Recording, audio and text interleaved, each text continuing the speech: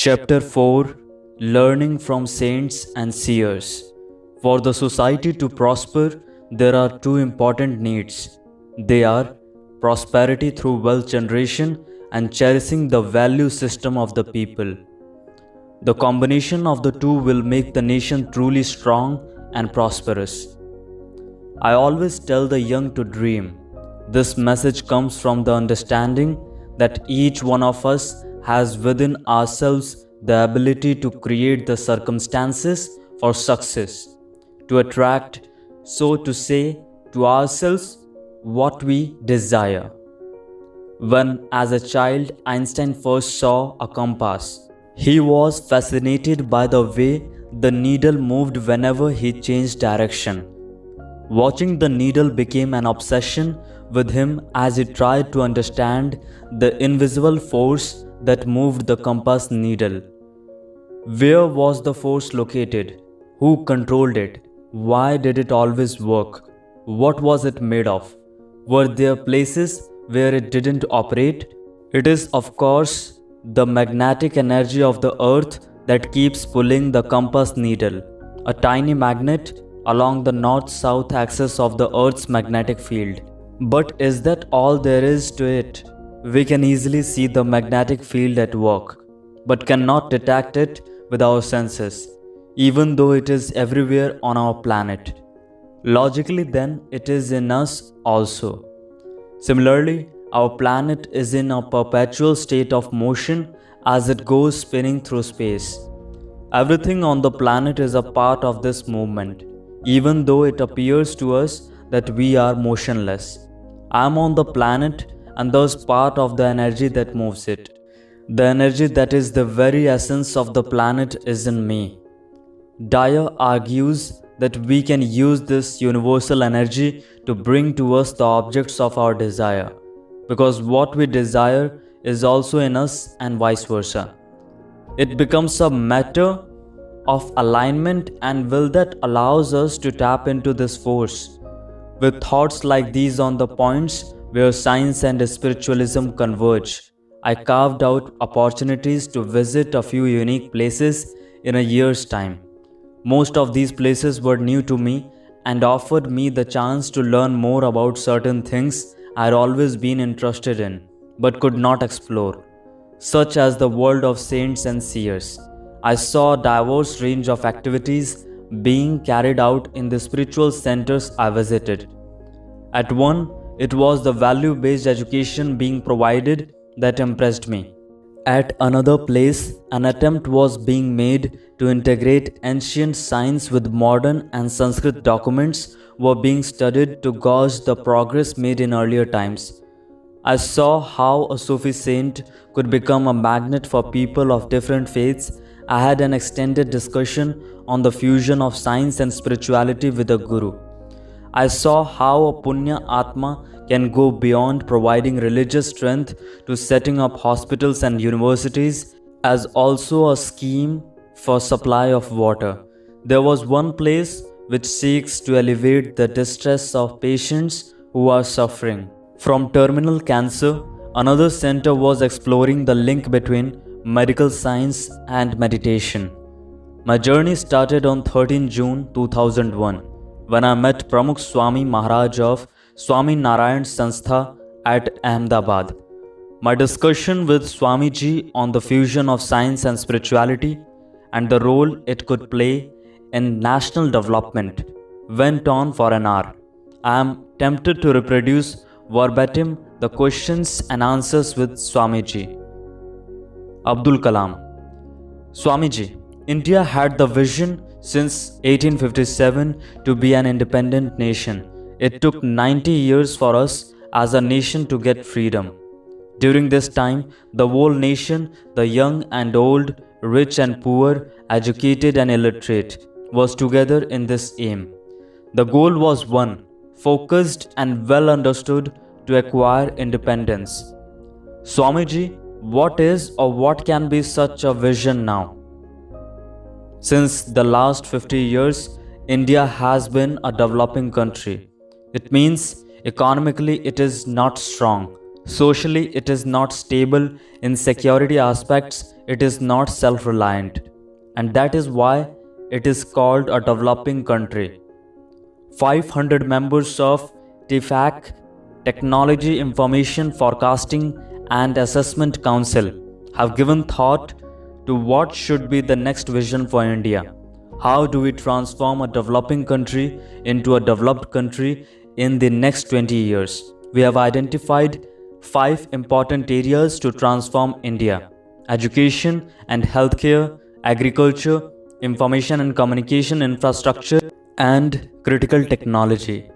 Swamiji, our problem is that we may present this before the government, but how do we create people with values to carry out such a big vision? What we need is a cadre of value-based citizens. Otherwise, resources will not be deployed effectively, as we are witnessing. For this, we need your suggestion, Swamiji. Swamiji, along with these 5, you need a 6th one: faith in God and developing people through spirituality. This is very important. We need to first generate a moral and spiritual atmosphere. There has to be a change in today's climate of crime and corruption.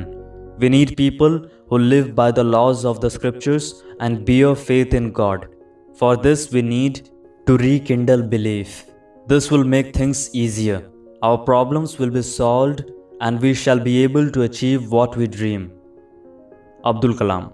Swamiji, for carrying forward such a big vision of transforming India, should we first create a spiritual tradition, make people more spiritually inclined, and then embark upon our vision or focus on one of the important areas like education or health? Or should we integrate everything and begin simultaneously? Swamiji, we must move ahead simultaneously. Work in the 5 fields that a team has identified for the country's progress should be continued, and this should be concurrently incorporated. Our culture teaches us to learn both para, spiritual, and apara, worldly knowledge. Therefore, together with the knowledge of apara, one should learn the para as well. If one learns this, then apara vidya, worldly knowledge, will become founded on dharma and spirituality.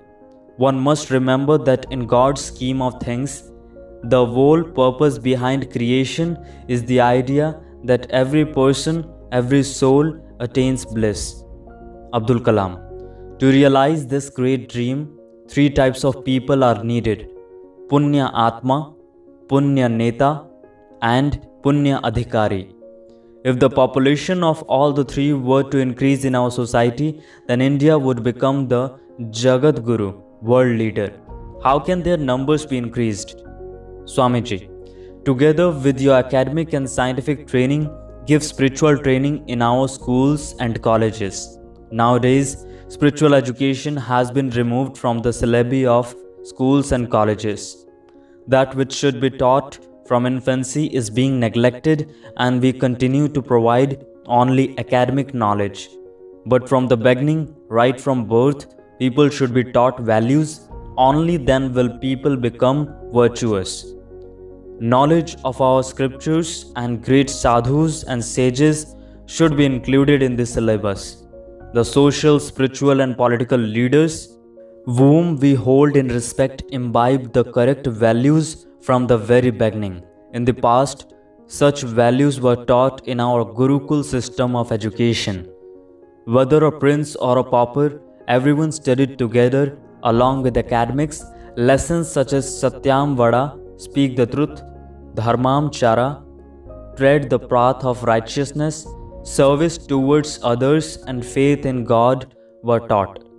Abdul Kalam. Swamiji, good citizens cannot be produced by the laws of the government. Can spiritual institutions do it? Can you ask parents to guide their children to learn the right values up to the age of 15?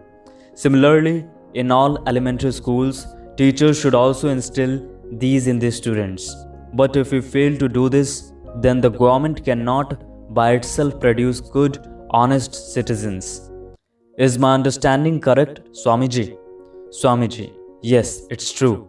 It's definitely true. We have been saying from the very beginning that values should be taught by parents at home. teachers at school, and the guru in later life. Abdul Kalam. Swamiji, when I first launched a rocket, it failed, but strengthened by ISRO's support, my team combated the failure to achieve success. This sentiment is also expressed by Thiruvalluvar in the Thirukurral when failure occurs. Challenge it with cheerful attitude. Swamiji, when one possesses such noble thoughts, patriotism is but natural. That's why we say if spiritual knowledge is given from the beginning, love and pride for one's country, society, and dharma is the natural result. However, spiritual values should form the foundation of life. Abdul Kalam. Spiritual strength is important, and along with this, we must have economic strength, for strength is respected in the world. A combination of both is necessary, and to achieve both, there is only one answer: sweat. Hard work is a must. Swamiji, we often say human effort and God's grace. Even failure of the first rocket which you faced was from your good. It prodded you to make things better. God has ultimately given you success. Abdul Kalam. For India's development, I wish to establish a trust. Vision 2020. With 5 like-minded individuals, I seek your blessings for this. Swamiji, God's blessings are already upon you. I shall pray that your ideas are successfully realized. May India prosper both spiritually and economically. What I wish to say is that the stronger the spiritual wealth, the stronger will become all other forms of wealth. If you increase material wealth alone, man will be lost in luxury and worldly pleasures. Spirituality will guide him back, help him rise above mundane pleasures. In reality, we rarely provide what is really needed.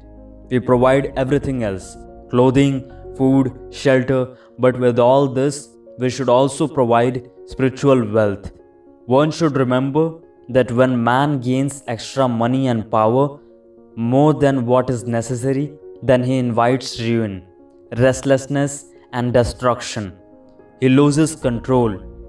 It's good that you have come here today. It's given us much joy. The sages of the past have also given us signs. You too are a rishi. In September 2001, I visited the Dargah Sharif of Sufi mystic Khwaja Muninuddin Chishti, better known as Garib Nawaz, at Ajmer.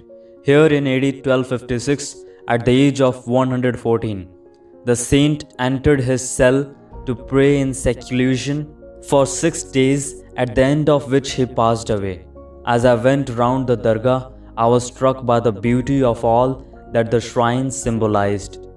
800 years ago, a saint traveled from Arabia, passing through many lands before reaching Ajmer. Here he brought together different communities who lived peacefully around his shrine.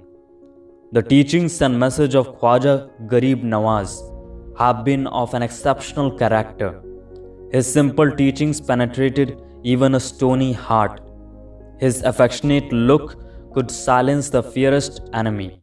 He brought the message of universal love and peace. Chishti Sufis who succeeded him continued the traditions set by him.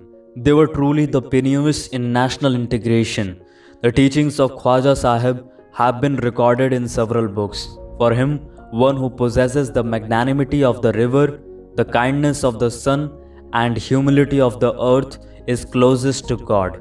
Khwaja Sahib said that the noblest character is possessed by one who is graceful in poverty, content in hunger, cheerful in grief, and friendly in hostility.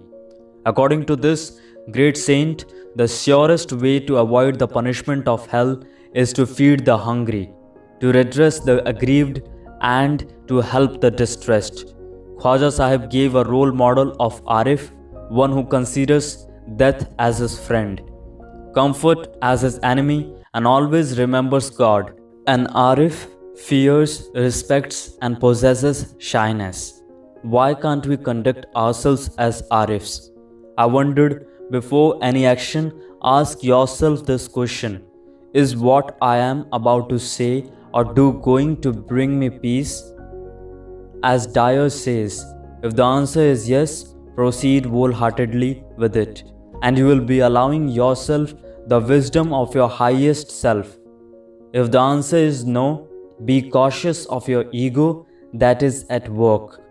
The ego promotes turmoil because it separates you from everyone, including God. At Khwaja Sahib's shrine, I could listen to the voice that only wants you to be at peace with yourself.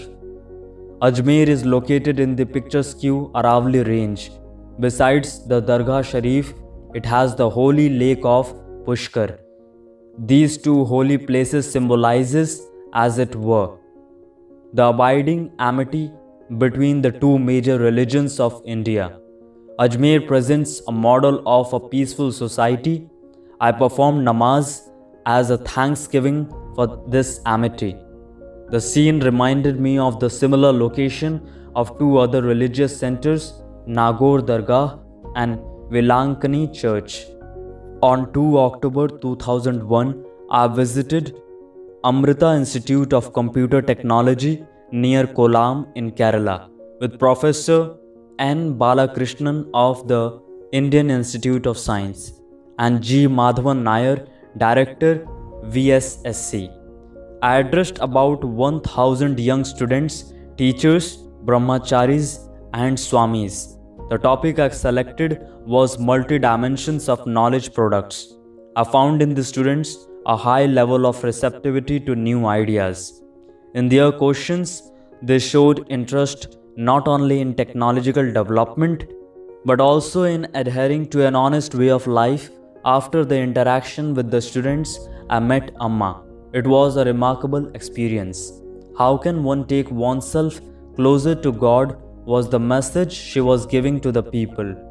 I wondered at the extraordinary effort that had gone into setting up an institution which could build hospitals, set up management schools of high caliber, and provide housing schemes for the economically weaker sections of society. My query led to a discussion with Amma and the other sannyasis. Though the institution imparts education in all major disciplines of knowledge and creates engineers, medical doctors, management graduates, and science research scholars, they are still circumscribed by their individual specialization. Amma suddenly said, "Something is missing. How to connect?" What she was referring to was bringing together these capabilities for a joint purpose.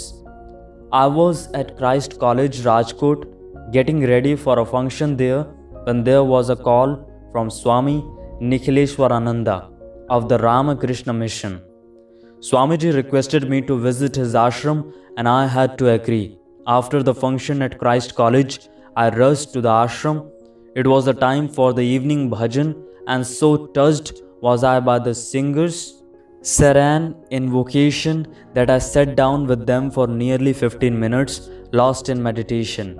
Here too I left the same vibrations as I did while meditating at Swami Vivekananda Hall, Porbandar, the birthplace of Mahatma Gandhi. On 6 October 2001, the Sankaracharyas of Kanchi organized a very important gathering of farmers from hundreds of villages to launch integrated development through the concept of knowledge-empowered rural development. I was invited to participate. Panchayat heads belonging to various political parties converged at Kanchi to discuss development under a project designed to provide urban facilities in rural areas. I was struck by the fact that spiritual leaders were helping focus programs for development. When the meeting ended, both acharyas called me for a private meeting. Swami Jayendra Saraswatigal inquired about the crash landing of the helicopter and blessed me. Swami Vijendra Saraswatigal conveyed to me that the Maulvi of a very famous 300-year-old mosque was waiting in the mutt to take me to the mosque. Swamiji suggested that I visit the mosque. His message brought to my mind an incident in Paramacharya's time. A decade ago, as told by the former president R. Venkataraman, Mr. Venkataraman showed me the mosque very close to the Kanchi Mutt. A few years ago, the mosque Jamaat authorities and the district authorities decided to relocate the mosque to some other suitable place as its present location was inconvenient both for the mutt and mosque. As a large number of people visit the historic mosque and there are huge gatherings at the mutt too, the traffic was becoming difficult to manage. The mutt would rebuild the mosque in its new location. Somehow, this message reached the Paramacharya. He vehemently opposed the whole idea. He said, in fact, when at 4:30 am the call for namaz comes from the mosque, it acts as a wake-up call for my divine duties. And also for many other reasons, he was opposed to the relocation of the mosque. He made this clear to both the district authorities and the mutt. The Param Acharya went into Maun Vridham, deep silence. Finally, shifting of the mosque was stopped. I later went to the mosque and met the Maulvi and Qazi and offered namaz there. About 50 students were learning the Holy Quran. I sat with them and asked them to recite the Alhamdu, the surah that embodies the Quran. In Kanchi, I was privileged to see Vedic recitation and recitations from the Quran proceeding side by side. Therein lies the greatness and essence of India. Can Kanchi's integrated approach towards learning become a beacon for us and later for the world? During the discussion in the Sankara College of Engineering among Sanskrit professors, students and teachers presided over by the Shankaracharyas, it became clear that ancient Sanskrit literature is a storehouse of scientific principles and methodology, even to the extent of there being text about how to build a Viman. Subjects like physics, chemistry, medicine, and Ayurveda are, of course, well documented. There was a consensus that the work of our ancient scholars and scientists should be thoroughly examined and, where possible, integrated with modern science. An invitation came from the Sri Satya Sai Institute of Higher Learning at Whitefield for Professor Rama Rao and me. The day began with a morning prayer at 7 am, followed by a discourse rendered in poetic form. Its subject was how to remove hatred from our hearts by sacrificing the ego and substituting love in its place. When Sai Baba moved amidst the devotees, the effect of his healing presence on people's pain, difficulties, and problems was immediately apparent. In January 2002, I attended a conference on medical technology and healthcare at Whitefield. All through the conference, which began at 9:30 in the morning and ended at 8 in the evening, Sri Satya Sai Baba was present. He blessed every presentation, and when I finished my 5-minute presentation on how technology would transform human life, an example being the cardiac stent that we had made, he got up and blessed me. To the cheers of participants, I was impressed to see his interest in the conference, as I had been impressed by the specialty hospital at Whitefield that I had visited earlier.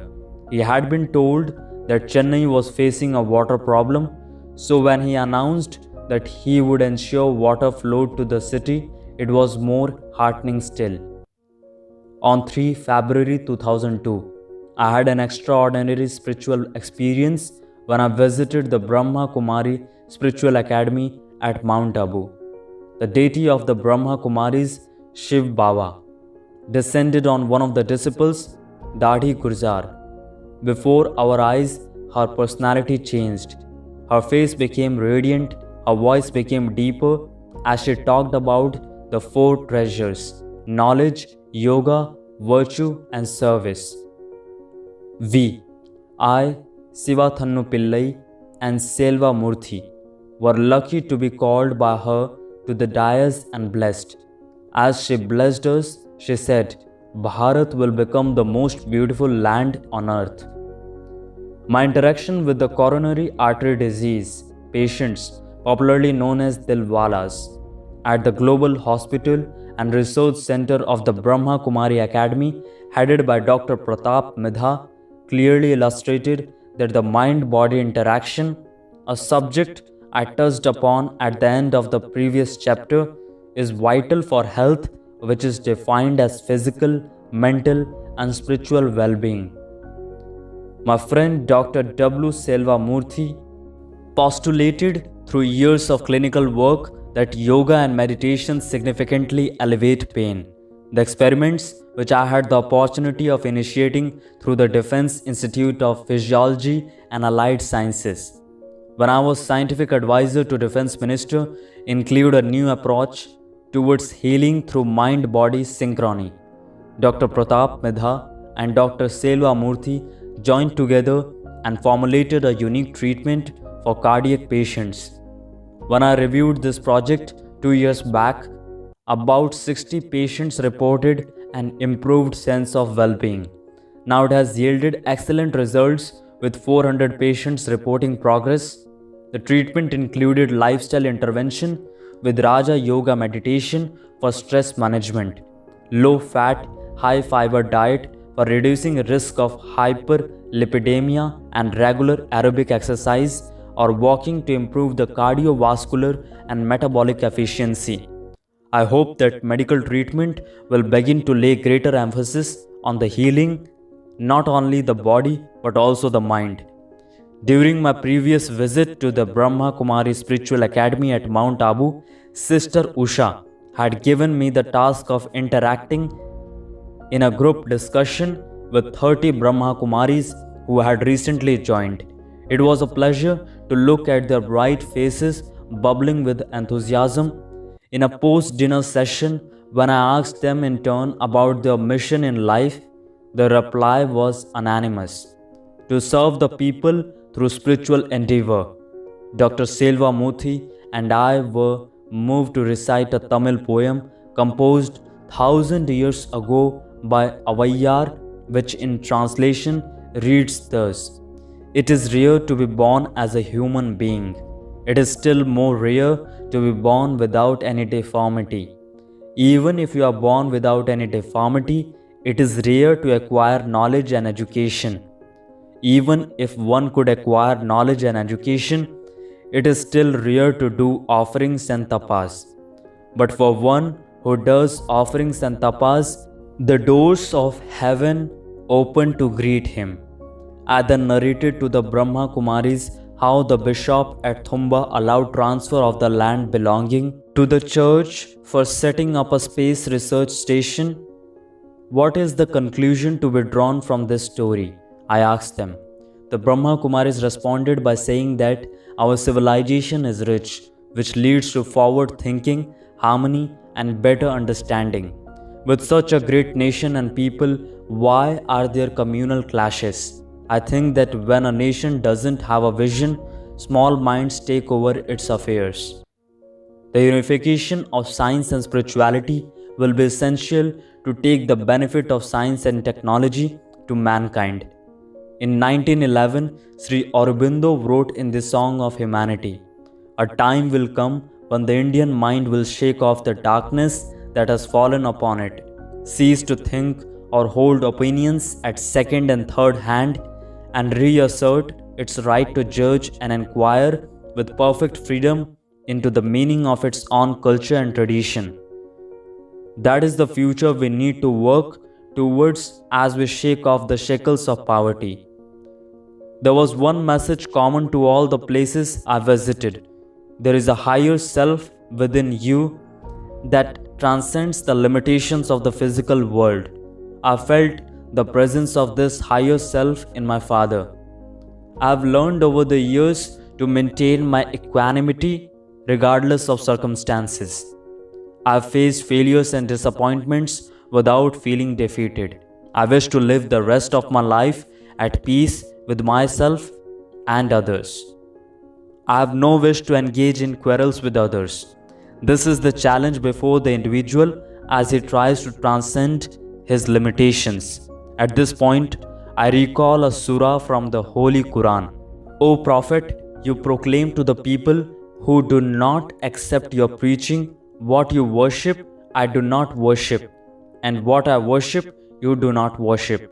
The result of your actions belongs to you, the result of my action belongs to me. What we are, what we live in, is ours alone. Once we have trust in the wisdom that created us, we can develop a faith that sustains us through our lives. Indians are well versed with the concept of higher self, or perhaps highest self is the preferable term. For generations, our ancestors lived their lives by this concept. But for many today, rooted perhaps too deeply in the material world, this idea sounds lofty and spiritual. For me, it has been a cornerstone of the way I live. On one occasion, as I was leaving for Bangalore, I spoke to a friend of mine and told him that I would be talking to young people and whether he had any suggestions. He did not offer any suggestions as such, but offered me these nuggets of wisdom. When you speak, speak the truth. Perform when you promise. Discharge your trust. Withhold your hands from striking and from taking that which is unlawful and bad. What actions are most excellent? To gladden the heart of a human being, to feed the hungry, to help the afflicted, to lighten the sorrow of the sorrowful, and to remove the wrongs of the injured. All God's creatures are His family, and He is the most beloved of God, who tries to do most good to God's creatures. These are the sayings of Prophet Muhammad. My friend who told me this is a great grandson of a Dikshidar of Tamil Nadu and grandson of a Ganapathigal Vedic scholar. He is none other than Y.S. Rajan. Such an outlook is possible only in our country. Let us remember the Rig Veda. Ano bhadrak kratavyo hentu vishvatva. That is, let noble thoughts come to us from every side. I recall an event that took place in my family. My grandfather and great-grandfather were called Ambala Karar noble leaders in Rameshwaram. This land has the privilege of being known as the place where Lord Rama is said to have launched his campaign against Ravana. The island celebrates this event by organizing his marriage with Sita, his divine counterpart. My grandfather would provide a floating platform for the occasion to carry the decorated Vigraha through the holy tank named Ramar Tirtham. The tank is very deep. The floating platform with Vigraha bedecked with beautiful gold ornaments of Lord Rama is taken round a small mandapa at the center of the tank. Then and now, all of Rameshwaram assembles for the occasion. One year, my great-grandfather was witnessing the event when a mishap took place. The Vigraha toppled down and sank. Without any hesitation or prompting, he jumped into the tank and recovered the Vigraha as the entire town watched. The temple priest instituted Mutthal Marithai, first honor for our family. There was a special prayer in the Rameshwaram mosque to thank the Almighty for the recovery of the Vigraha and to bring God's grace on our family. I've always considered this incident as a shining example of human brotherhood and harmony. Especially significant in today's context, could not each of us help nurture such a brotherhood wherever we happen to be? On 15 August 1947, my high school teacher, Rev. Iyadurai Solomon, took me to hear the midnight freedom speech of Pandit Jawaharlal Nehru. We were all moved to hear him say that we were free. Banner headlines announced a momentous event in next day's newspapers. But alongside the report of Panditji's speech in the Tamil newspaper I read was another news item, one that has been embedded in my memory. It was about how Mahatma Gandhi was walking barefoot at Noakhali to help assuage the pain of the riot-affected families there. Normally, as father of the nation, Mahatma Gandhi should have been on the ramparts of Red Fort, the first one to unfurl the national flag. Instead, he was at Noakhali. Such was the Mahatma's greatness. and what an everlasting impact it left on the mind of a schoolboy. Having sensed the pulse of the young and armed with the wisdom of the elders, I thought deeply about my own experiences with technology projects where people worked on problems that were new and demanded efforts that were unprecedented. What really makes one succeed in the face of difficult tasks? We have talked about the importance of having a dream and of commitment, of hard work and having the spiritual strength to persevere through difficulties and failures. Is there anything missing in the cycle of creation?